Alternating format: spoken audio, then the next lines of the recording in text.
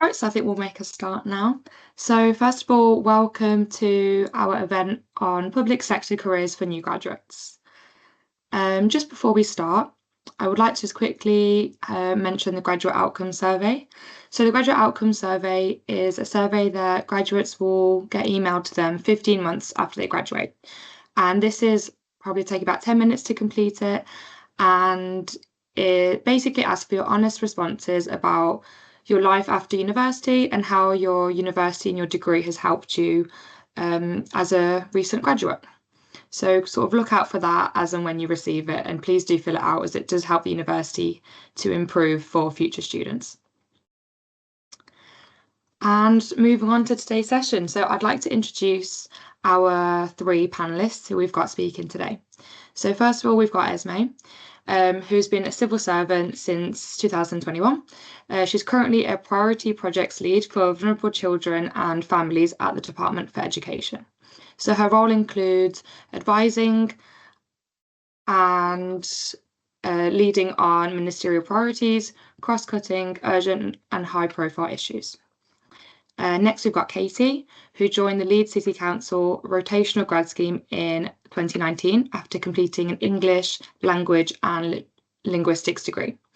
So this led her to her current manager role within the organisational development team, working on all things training and development for adult social care staff in Leeds. And finally, we've got Eduardo, who's a 25-year-old civil servant with project management and private office experience. He studied law at the University of Leeds from 2017 to 2020, and then lived in Bradford, working for the local government before moving to London to work for the Department of Business and Trade. So without further ado, we'll move on to our first panelist, who will be Esme, who will be speaking today. Hi, thank you very much, Sonia. I'm just going to pop some slides up. I won't be a moment.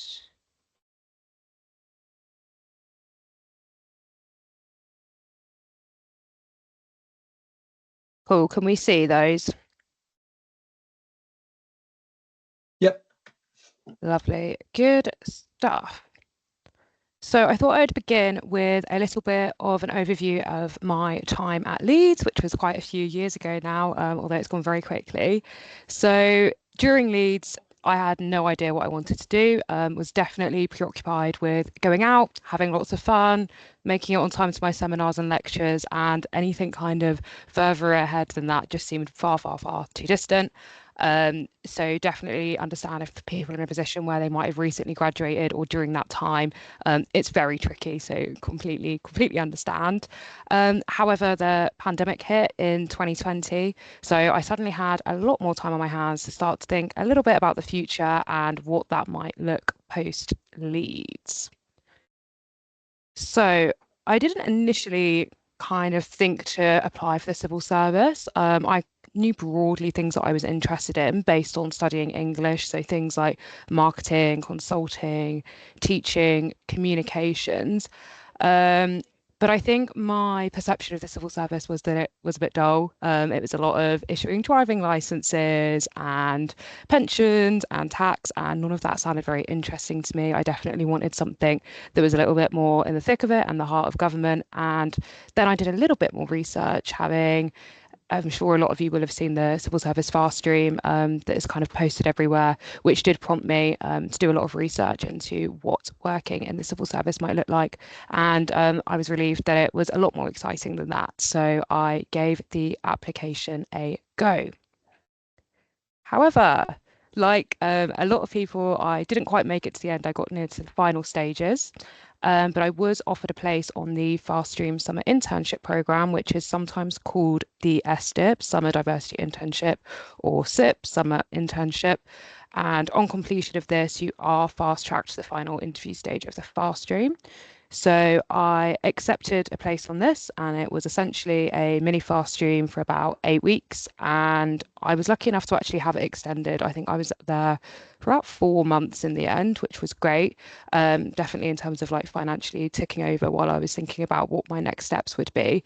I didn't really get any choice of what department this was, so I got placed in the Office for National Statistics, which as a English grad was terrifying as I'm not a numbers gal. But fortunately, I didn't have to do much of numbers during my time, and it was a really interesting area looking at early talent policy and how we could harness recent STEM graduates into appropriate postings once they'd graduated, looking at penultimate year students. And during this time, I really used it to network and socialize with colleagues, to think about applications, to think about where I might want to go, what I might be good at, and what I might be interested in. And during this time as well, I realized that I just wanted to get straight into it. I could have waited another year to join the fast stream, but I'd learned from the inside that only about 2% of the civil service is actually made up of fast streamers. So it's not the be all and end all. It doesn't affect your progression rates, etc. So I knew I just wanted to get going. I'd always been really passionate about social mobility and opportunities for all, and also education attainment and the ways that we can do that. So I decided that the Department for Education would be where I would aim for. So I applied for a HEO role at DFE and was successful. So I will talk a little bit about the various roles I've had in the department, but I thought I would just do a bit of an overview of what we do first, just in case you are not familiar. So we are responsible for all children's services. So that's children's social care, so fostering, adoption, kinship. This includes things like safeguarding. It's also all schools, all colleges that deliver whatever range from reception up until universities, also apprenticeships, other skills opportunities, and things like there's a lot more sort of to do with welfare, pastoral things. It's really broad, early years, nursery, the lot. And our mission really is, even if the government of the day changes, has always been that we should have equal opportunity as much as possible, and to make that experience as enjoyable and healthy and safe for children. We have about 8,000 employees.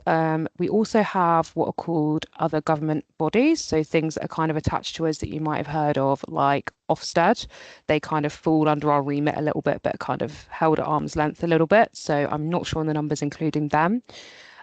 We do have offices all around the UK, including London, Manchester, Bristol, Sheffield, Coventry, Nottingham, and Darlington, and then some other smaller hubs. I think those are in Croydon, Newcastle. There might be one in Birmingham as well.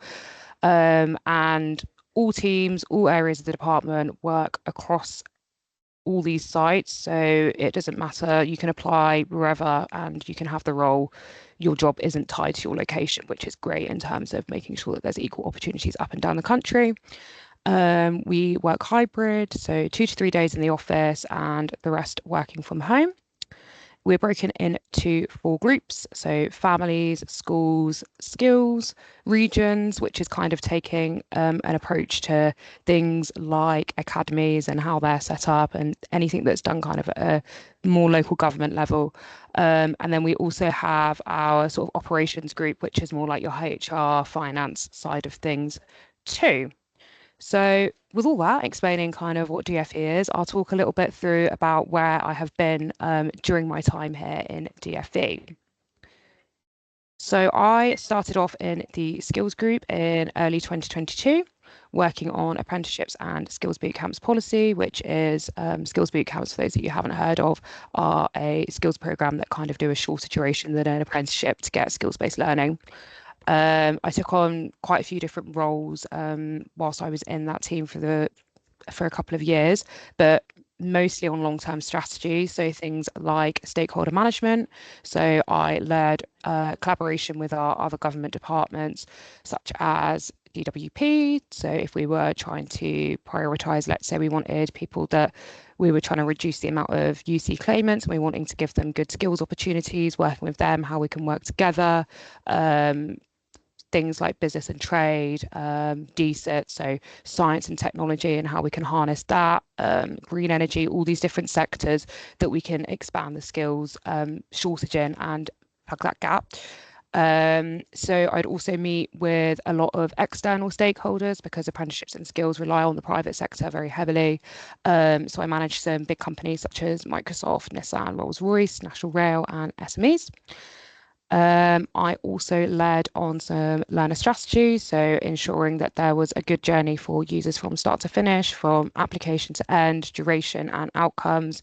So that's was a lot of speaking to learners, speaking to employers, and making sure that all of the different dots kind of joined up together to ensure that that was a smooth and as useful experience as possible.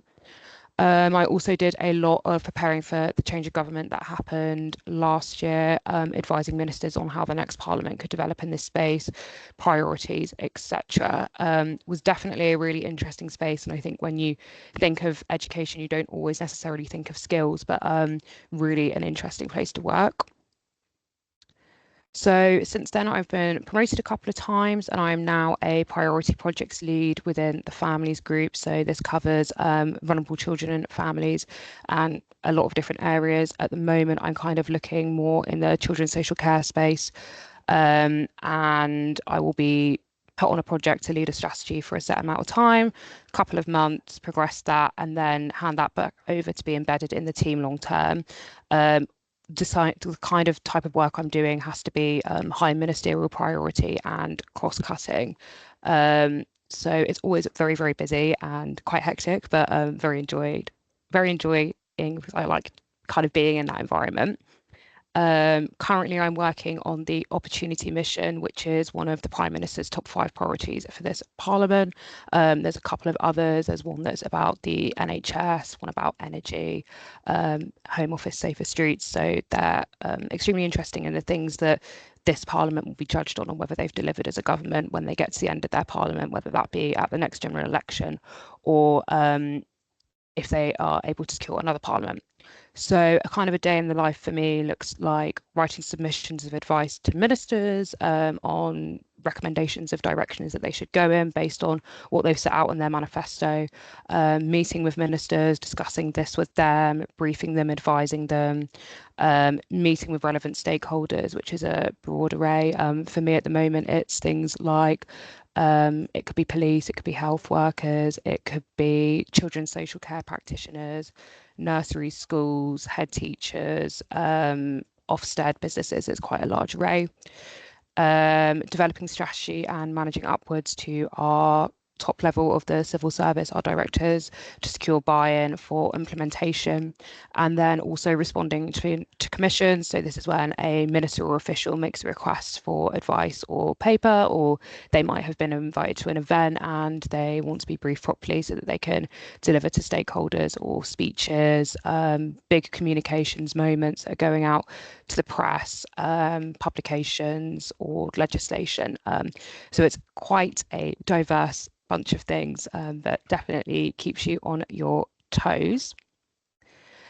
And then I just wanted to talk to you a little bit about some of the perks of the civil service. I can feel very fortunate to say that I really enjoy my job, which when you speak to a lot of people, they don't always enjoy their job, or they say, yeah, I enjoy parts. Obviously, there's days that I don't enjoy, but most of the time I really enjoy it, and I can't really see myself moving into anything else anytime soon.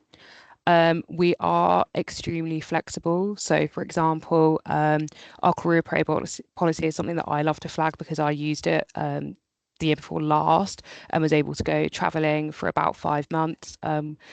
And then come back to my job, which is great. Kind of living out my gap year that I didn't get the chance to do when I was younger. So this is definitely a good benefit of the civil service. We also have very flexible hours. So I work compressed hours, which works out about an extra 45 minutes a day. And I get every other Friday off, which is great for my social life. And if I want to go away for the weekend, etc. So I think that work-life balance is super important, and the civil service does meet that, I think, compared to some other employers a little bit more strongly. Again, pay is good. I know there's a bit of a joke that public sector does not pay well. I think you'll find definitely if you're sort of in your early 20s that you might out earn your your colleagues and friends that are in the private sector, especially you're kind of ambitious, reaching for promotions. And the civil service is definitely a great place to start. If you then wanted to go and chase the big bucks for some consultancy or bank, it will provide you with a lot of skills and good networks to be able to do that. And then also the people are really great. I've made lots of friends for life, and you get to work with such inspiring people inside and outside of government and lots of high profile ministers. So I will finally move on to some quick advice, but more than happy to take any questions on this. And I'm happy to put my LinkedIn at the chat as well if you'd like to reach out to me. So I think if you were thinking about a career in the civil service, think about what you care about in your personal time. There will be a department somewhere and a niche policy area that will lead in it. Doesn't matter how small it is. So, for example, I really care about social mobility. Some people might care about the climate or free healthcare, and then you'll be able to find a role that suits you. Think about what you're good at. Not necessarily just tied to your degree, but in your personal life. Are you good at public speaking? Are you really good at maths? Are you good at persuading people? And think about kind of how that aligns to roles. So if you're a number cruncher, you might be a great analyst. If you're someone that is always organising all your friends and making sure they're sort of at places on time, you might be great in private office. And if you want to be kind of in the buzz of the centre of government. I was also going to advise about direct entry. So 98% of civil servants have their role because they went on civil service jobs and applied. There isn't a set route to success. Some people come through all different schemes, apprenticeships. People move up, people move sideways across departments and roles, and everyone will have a different journey. So it's great that there's no set way. Resources, use the civil service experience and behaviour guides. There is a bit of a knack and an art to getting your application right, and those inside government still get it wrong as well. So, but definitely use those guides. They're a great place to start and are a bit of a holy grail of what your person monitoring your application and interviewing will be looking for. Also use a network. We are a friendly bunch. If there is a department or policy area that you're interested in, then you can do a little bit of a LinkedIn search and reach out, and I'm sure they'll be happy to tell you more and maybe let you know if there's any openings that are coming up in that space or areas of their department that might kind of closely link that might have vacancies that you could apply for. And on that as well, notifications. So you can create a civil service jobs account and you can filter that based on departments that you might be interested in or specific grades or specific job roles. And then you can get notified weekly when those become available. So you're kind of getting them hot off the press and have plenty of time to apply. I'd definitely say that that's a really key bit of advice. I'm just going to move on to the final slide, which is one of my colleagues is hosting a career conversations event at the end of this week. So if this wasn't enough civil service talk for you, then please feel free to come along and I will pop this in the chat. Thank you. I think I'm passing over to Katie. Is that right?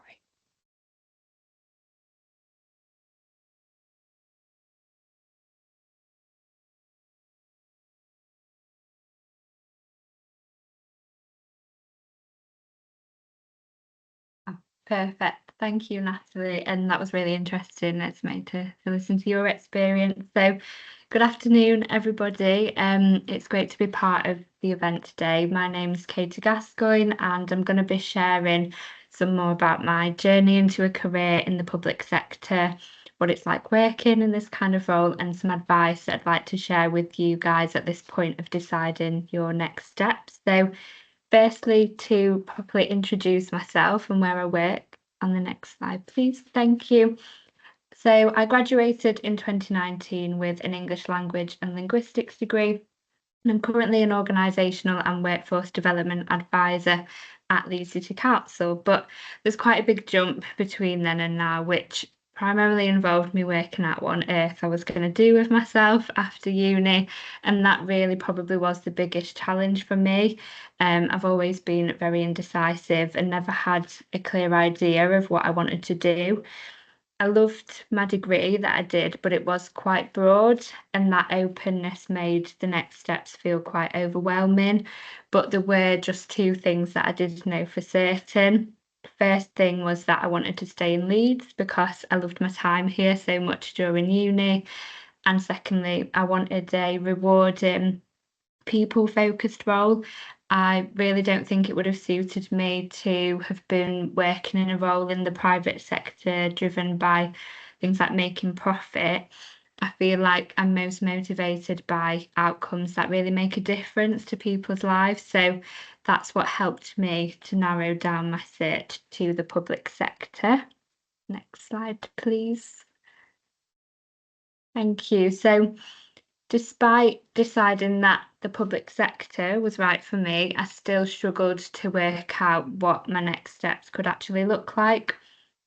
To help me, I really did make the most of the career service at uni. So I actually attended a public sector careers event just like this one. So it's quite a full circle that I'm here speaking today. And I signed up to the Job Alerts newsletter to see live alerts of what was out and about. And I went for some advice appointments at the Career Centre. And through this scoping, I became quite drawn to the idea of a graduate scheme, because I think I was so unsure what I would like to do. I thought that the best way to find out would just be to try a range of different things. And that is usually what you get to do through a range of different placements on a grad scheme. So I then basically applied for all of the public sector graduate schemes where I could be based in Yorkshire. So looked at the civil service, fast stream, the NHS graduate management scheme, local government association, and the Leeds City Council graduate scheme. These applications usually have a lot of stages, from online tests, interviews, assessment centres. So it can be quite intense, but I'll go into some advice on that a bit later on. But fast forwarding slightly, I did successfully get a place on the Leeds City Council graduate scheme. I was very excited that I could stay here in Leeds, and I started that in September 2019. Next slide, please. So this involved 3 different placements. It was a 2-year programme, and I started off in children and families, where I worked on a range of social care projects, including a domestic violence intervention service and a service supporting looked after children to maintain close relationships. I then moved to economic development, where I was working on marketing and events for Leeds Digital Festival. I really enjoyed this, but I will say that arranging a programme of 200 events in March 2020, basically the week that the pandemic hit, was quite an experience. And then I finally moved to the organisational and workforce development team within Adults and Health, where I spent a few months on placement before deciding I enjoyed it so much that I would like to stick around. I secured a permanent job in the team, and I'm still here, having since moved into a more senior role. So a bit about what we do. Our team looks after the training, development and recruitment for our amazing adult social care workforce across Leeds.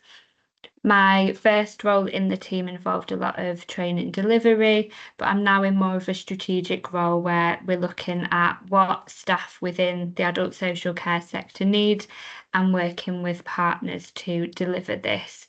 And this includes overseeing areas of training such as dementia, end-of-life care and neurodiversity. So I constantly get to learn new things about all these different areas. And then alongside the 3 placements, I got the chance to complete a fully funded leadership and management master's degree through Leeds Beckett. So that was an amazing opportunity as part of the grad scheme. Next slide, please.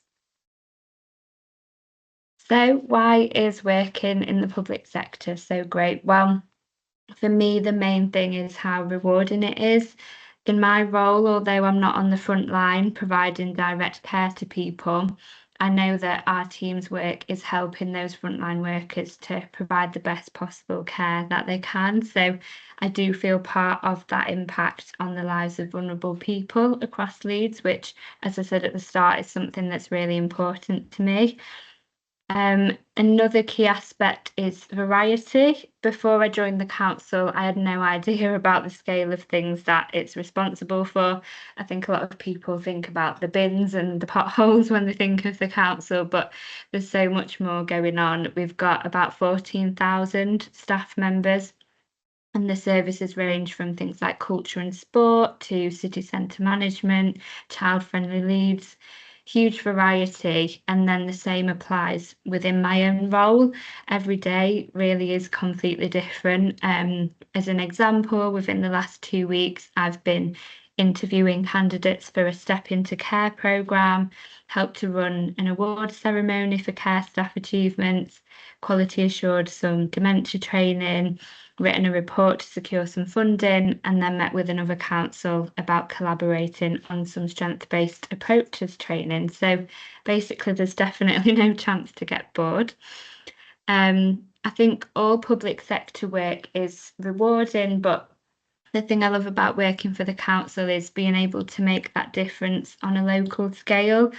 I'm not from Leeds originally, but through working here, I've really got to know the different areas well and understand what their priorities are so that we can tailor our approach to the work we do according to these. So getting to see that real local level impact makes me feel really invested in the city and what's going on. The council is a great place to work, which always helps. We've got flexible working hours, generous annual leave, hybrid working options, working from home in a range of different offices, and lots of amazing colleagues who all really care about what they do. And I've made so many lifelong friends since I started working here. And finally, in terms of development opportunities, as I said, I got the chance to complete a fully funded master's degree, and I know lots of people who have done apprenticeships or other qualifications through work.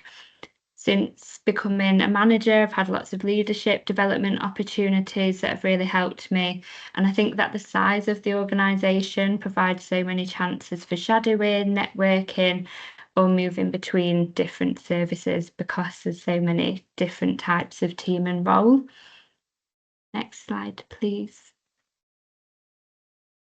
So I just wanted to finish off with a few of my top tips of advice. So firstly, I think that the recruitment process, your application process should be seen as a two-way street, which I know it might not feel right, especially if you're at that point where you're thinking, oh my God, help, I just need a job, whatever it is.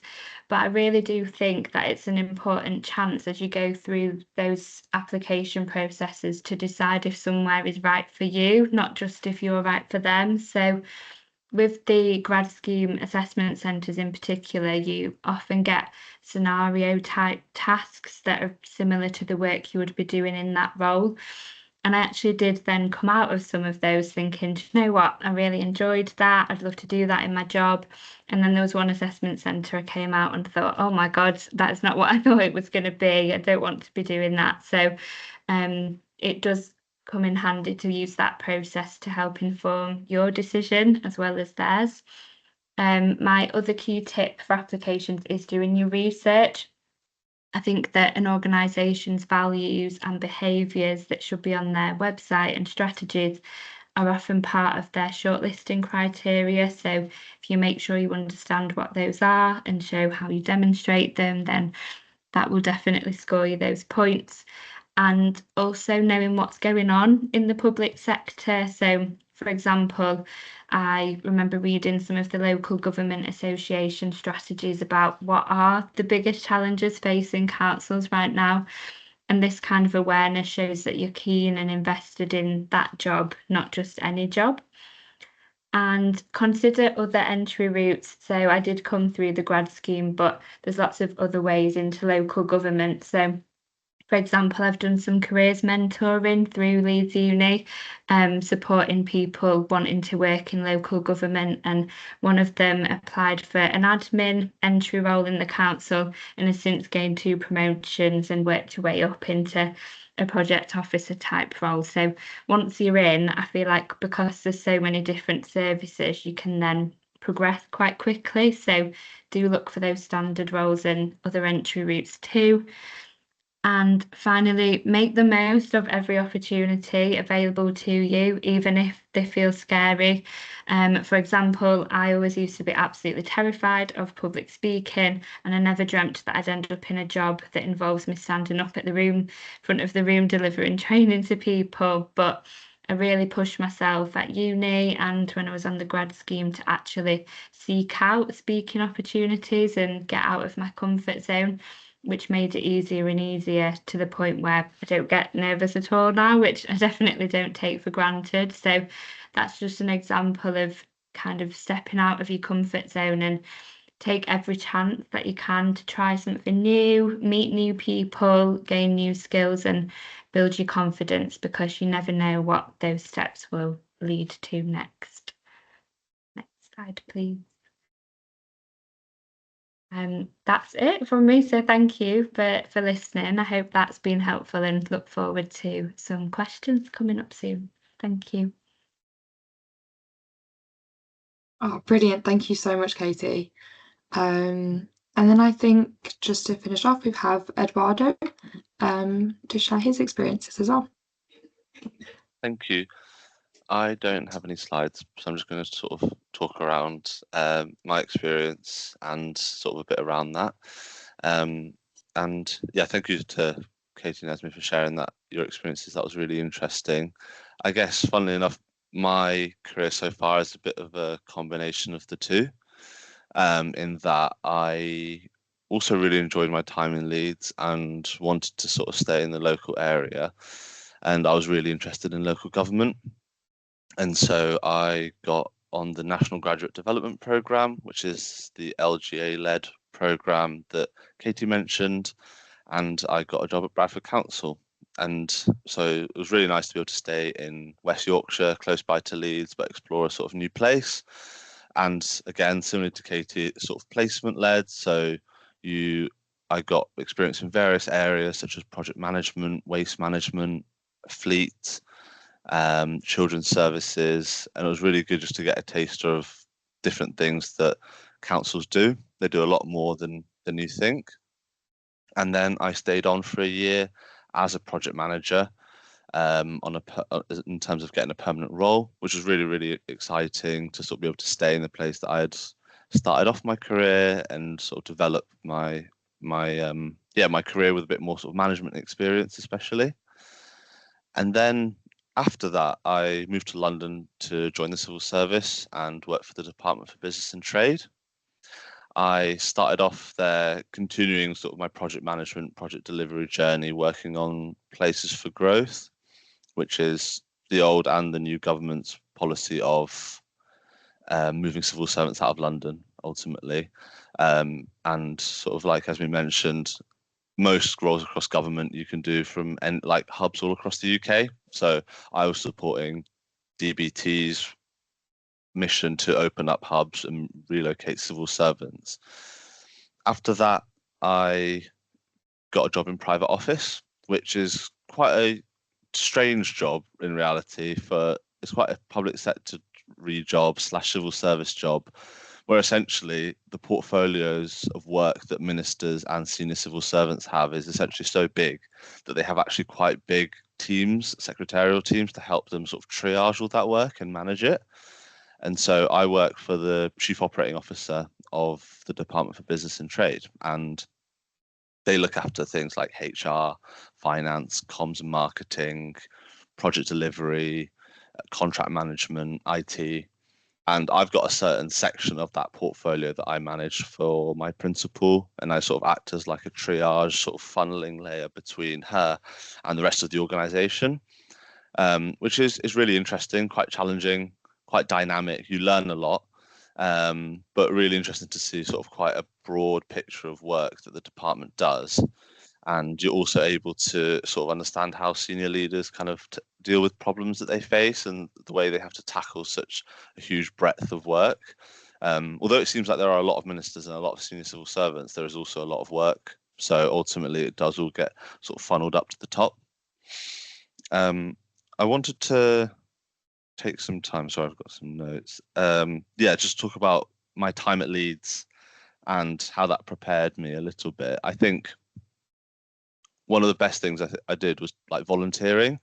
I did shadowing for an MP and Hilary Benn, actually, who's a Leeds MP, and also did some volunteering with the law school, supporting people to fill out their personal independence payments to claim for welfare and things like that. I think if you can show a really great interest in like how public sector works and the sort of challenges that the public sector faces.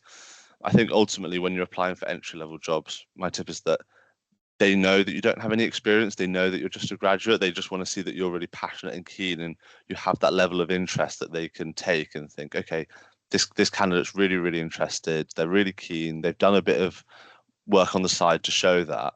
And that's why I'm sort of taking them on. They're not expecting a sort of fully fledged CV with an extensive work background.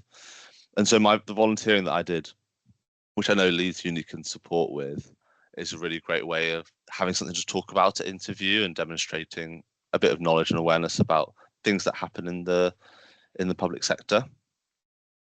I'd also say that your degree definitely doesn't necessarily have to matter for what jobs you do in the public sector. There's a lot of retraining and upskilling that can happen. I've seen people come in into generalist roles and then become accountants, even if they've studied other roles. You know, for example, us three here, like none of us, we use the skills we gained in our degree, but it's not like our degrees in our job title necessarily. So it's definitely worth just being open-minded and focusing on sort of what interests you the most, what gets you out of bed, and that'll be the motivation that you need, not only to sort of do the job really well, but also show to when you're in the interviews and you're in the application processes that often can be quite long, to have that motivation to keep going and that perseverance. And that's what a lot of employers will want to see, is that you're really, really keen. They're not going to judge you for your degree background at all. I'd say that law is one of those degrees that does have quite a traditional career like pathway. And yeah, a lot of people have asked me why I'm not a lawyer, but most people don't really care or ask, to be honest. And it's not really something that people talk about 1 or 2 years after graduating, what degree you did. It might be a sort of topic of conversation, but there's no way it would ever get discussed at your in your interview or something. That's not really it's not really related. So definitely don't worry about what typical graduate pathways other people have sort of followed, as long as you're doing something that interests you. And yeah, I'd say having worked in both local and central government, I think definitely opened my eyes to how sort of vast the public sector is. You know, there's even things like Parliament or NHS that we don't have anyone here to talk about, but they're also huge organisations like local and central government that have completely different cultures, ways of working. And I think local government and central government are really, really different, both really impactful at both national and local levels. Really resonate with what Katie was saying about sort of living in the area that you work for in local government and sort of getting to know that place really well. There's something really lovely about that, but equally at central government, you know, you see work that you're aware of, that you're working on in the news, which is really, really inspiring to see the sort of impact that you're making.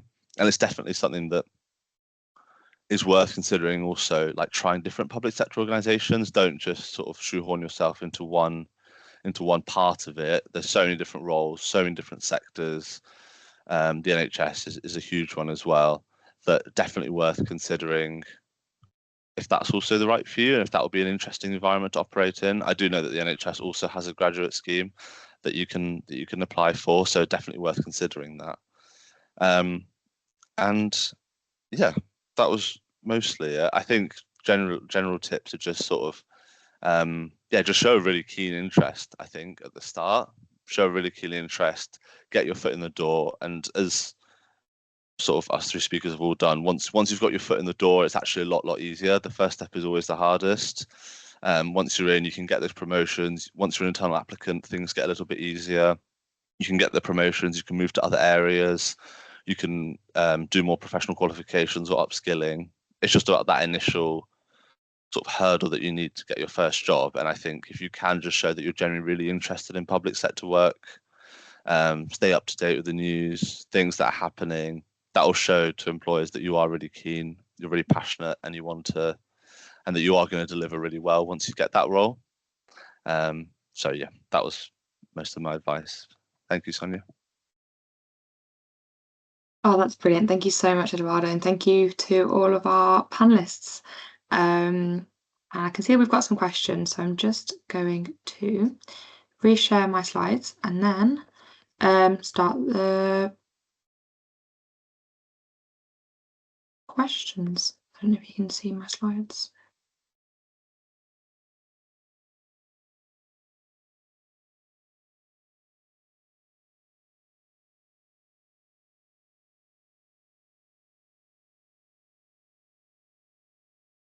Okay, perfect. So if we go to the Q&A, let's have a look who we've got first. So we've got a question from Mohammed, who's asked, do the public sector employees need to pay taxes on their salary? How overwhelming is it to work with ministry directly? What opportunities are available to engineering graduates in this sector? So let's break that down a little bit. So first of all, do public sector employees need to pay taxes on their salary? Don't know if anybody wants to sort of quickly jump in with this question. I can do if it's helpful. In short, yes, it will automatically be deducted from your salary. So you'll have things like, oh God, I don't even look at my payslip properly, national insurance, all of the different ones. But yes, it's automatically deducted. And same with student loan once you start earning over the threshold. Yep, thank you. And then so next we've got, how overwhelming is it to work with ministers directly? If anybody is happy to jump in with this question. If not, also you go Esme, if you want. Go for it. Yeah, no, happy to. I would say all ministers are people, and therefore they are very different. Some are more challenging than others. Some are great. I would say usually not that overwhelming. They have a whole private office team behind them, which Eduardo has experience in. I've also done a little bit of private office as well, who excellently organise their diaries and things like that. So they're ready to talk to you, and they're there to do a great job, and you're there to support them to get that and meet the outcomes that they've published in their manifesto. So you're on the same page, and I would say broadly not too overwhelming, but you know, it depends on the minister really. That's perfect. Thank you so much. And then finally from Mohammed, we've got, what opportunities are available to engineering graduates in this sector? I'm not sure any of you've kind of come from that background, but I know, as you've mentioned, you can sign up for newsletters and stuff like that. I don't know if anybody has anything to add on engineering opportunities. Yeah, I would have just said what Esme mentioned about the job alerts. I would go on like civil service jobs, and you can filter by job type. So like there's various professions on there and just sort of descriptors.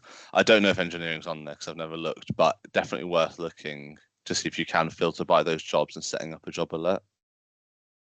That's great. And yeah, I completely agree with Eduardo. And also, Ministry of Defence might be your best bet for engineering. I'm not sure on the DPT side if you've got many engineers, but that's kind of all I know from the top of my head, if that's helpful. Brilliant, thank you. And then next we have a question which might be, I think Eduardo, you touched on this when you were speaking, so it might be a good one for you to answer.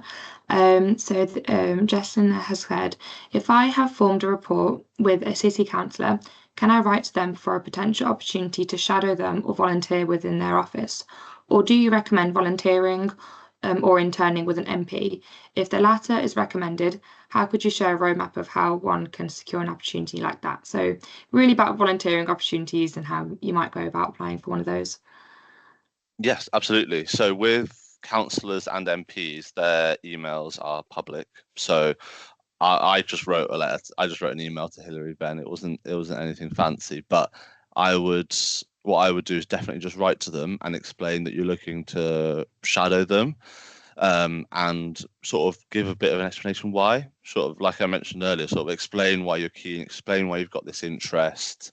It helps doing it with a local MP, I think, to where you live, because it shows a bit of a demonstration that you're keen to do something like more grassroots and local. I think it depends MP to MP, councillor to councillor. Some of them are super keen, some of them aren't. Ministers often are too busy, but I would say if you've got like a backbench MP nearby or a councillor, that's definitely worth just writing to them and sort of explaining your position. I think an MP can be good, but obviously that means then having to go to London and staying in London for a week, which can be a little bit restrictive. So if you can do that, definitely do that. I think being in Parliament, you can. It takes a bit longer to get the security clearance, but after that, you can follow them around Parliament. But if you don't have the opportunity to sort of travel to London and stay in London for a week, you can either, with a city council, obviously their office is in the locality. So if it's a local councillor, then if it's Leeds City Council. And if it's an MP in Leeds, you can always volunteer at their sort of local office for their MP office. So that's always an option. If you can't sort of go to London to do the Parliament side of it, you could do the constituency side of it, which is equally as interesting.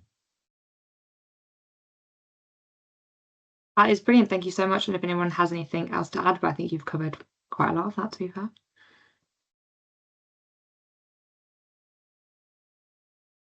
And then the next question we have is to do with, is there any way we could practice scenario-based questions?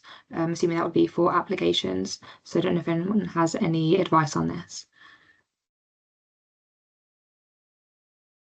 I would have to go and dig this out in terms of specifics of where these were found, but I do remember doing some practices, particularly for a lot of grad scheme application processes have video interviews, and they're often not a live video interview. I remember it was like the question flashes up, you've got 5 seconds to think, and then you've got to film yourself, and it's not a natural situation at all, so it can be quite daunting.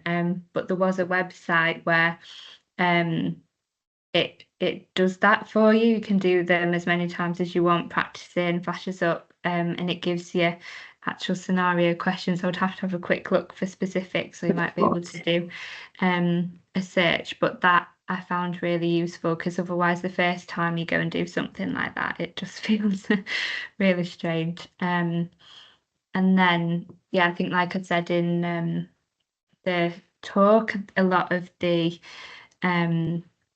activities at assessment centres and things like that were based on scenarios that you might come across in the role, but I did find that they would never assume any kind of specific prior knowledge, or would always give you some reading to go along with that, and it was often more looking for your values, your behaviours. I think that in Leeds City Council, we talk a lot about values-based recruitment, and the knowledge and things like that can be taught, but getting across that you've got that compassion and you're interested in helping people is that main thing. But yeah, there are definitely some practice tools out there. Yeah, I mean, what I can add to that in terms of someone who works at the career service within the university is, if you go onto My Career, you can register as a graduate on My Career, and on there you have stuff like practiced video interviewer, so that takes you through interview questions online, and then you can also book one-to-one appointments and have mock interview practices with our careers advisors. And also our careers advisors can look for different applications that you write. We do CV and cover letter checkers as well. And we can also just be there to support you with going through practice scenario-based questions that you think the council might ask you. So we can do all of that sort of practice stuff on My Career. And you can always drop us an email if you have any more questions about that as well.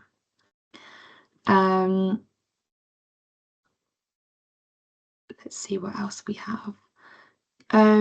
Okay, so this is one from Izzy.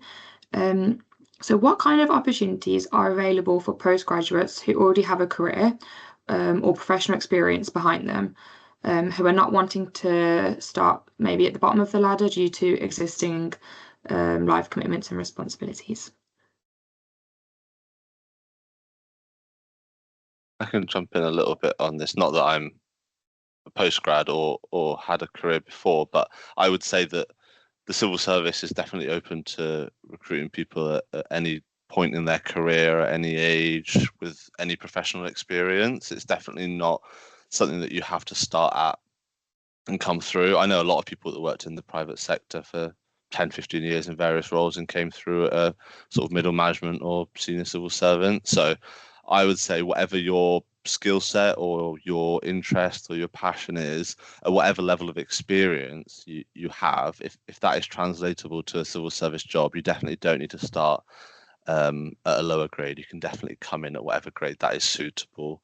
And if you look at online and filter through various jobs and have a look at the different job grades, I think you can sort of, I mean, feel free to reach out. I'm sure one of us can help you, but you pitching yourself at the sort of the right grade to sort of ensure that you're not sort of losing any sort of career time necessarily. Yeah, I think that I definitely echo that, and a lot of roles in the public sector across organisations are really suited to a range of transferable skills, and often won't ask for specific previous career experience, but more some of those general working with people skills that you can pick up from a range of different backgrounds, you know, building relationships with people, project type work, working as a team and working with partners, regardless of kind of background. If you can show you've got those transferable skills, there are likely to be plenty of opportunities.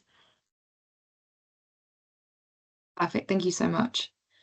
And then I've just seen a really nice question here from Cara, who's just quite a general one, maybe that each of you could quickly answer. Is there anything any of you would do differently or wish you knew before you'd applied? I'm happy to come in. I would say definitely utilize things like the careers network and what resources you have access to as either a recent graduate or approaching graduation. I think on reflection, this is something that I wish I'd probably invested more time in. It seems that other panelists definitely benefited from that. I think as well, to be open-minded, I got quite set on like specific departments I wanted to work in or etc. And maybe that closed doors without me realizing. So I think thinking about being open to quite a lot of different things and taking a jump, even if it's a bit like, oh, that's a bit scary, that's a little bit away from my skill set or areas of interest. I think that you'll find that you'll really kind of get more fruitful opportunities and enjoy it more than you think. And I think as well, probably being a little bit more active in my engagement and definitely utilizing services like LinkedIn or for example when we were talking about shadowing MPs etc, thinking a little bit outside the box and just not thinking this is a scary senior person. And I can probably speak, I'm sure others on the panel will say the same, like people inside are always definitely wanting to reach out to new talent, and like that's what keeps the machines churning. So like it's definitely like as much of a beneficial experience to them as it is to you. So definitely just bite the bullet and message those people and be like, hey, can I reach out? Because if you don't ask, you don't get.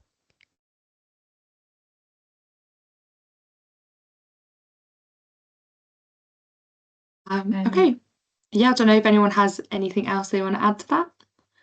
I think I would say some similar things, really, especially about being open-minded, because I think I remember like feeling that pressure in final year of needing to know exactly what I was going to do and what steps that would take me to, but I'd never heard of the team that I'm in now. And when I got told I was coming on a placement in organisational development, I thought, well, I have no idea what that is. And actually, then coming here, I've loved it and found that this is what I want to do and progressing. So I think there's only one way to find out if you will enjoy something, and that's by trying it. So yeah, as Esme said, I think try as many opportunities as possible. I think, yeah, about networking, I think as I've got more confident within my role and within working in the council, I take more and more opportunities to do that. And you wouldn't believe, what can come from just one conversation at an event with somebody, and kind of wish I'd started doing that earlier, because it can lead to so many different things. And yeah, just don't put, and I know it's easier said than done, but don't put too much pressure on yourself at that first stage to find the right thing straight away. Try something, and that's how you'll work out what to do. And I remember being so kind of worried about finding a job straight away. Before I worked out the public sector thing I talked about, I applied for all sorts of random grad schemes in I think one was logistics at Morrison's and one was at the post office, and all sorts of things that now I look back at it, oh my God, I would have hated that. But everyone was talking about grad schemes and getting a job, and in my house, all my friends had started getting the jobs, and you do start to feel that pressure. But I think don't compare to anybody, work out what actually does matter to you, and let that guide you. Well, that's perfect. Thank you. No, definitely echo both those. I'd say, yeah, definitely use like career service. I remember having sort of a panic and throwing my CV into the CV checker about 1 million times, like doing that, but that's about it. And I didn't really make the most of it. I think definitely use whatever support there is available to you to get volunteering experience, practice scenario questions, all that, because that's definitely, yeah, that will really, really help you. And I guess also, like, don't become obsessed with job specs. I know a lot of people think they have to meet the job spec to apply for jobs, which you definitely don't need to do. Like, obviously, you need to have a little bit of, if it's essential that you have an accountancy qualification to become an accountant, then obviously you're not going to get it. But a lot of roles are quite generalist, and especially at entry level, there's no way they'd expect you to have like years and years or in-depth knowledge of experience, especially at a junior level. So, if you meet 80% of the job spec, that's fine. Put together an application, just go for it. Definitely try just putting yourself out there.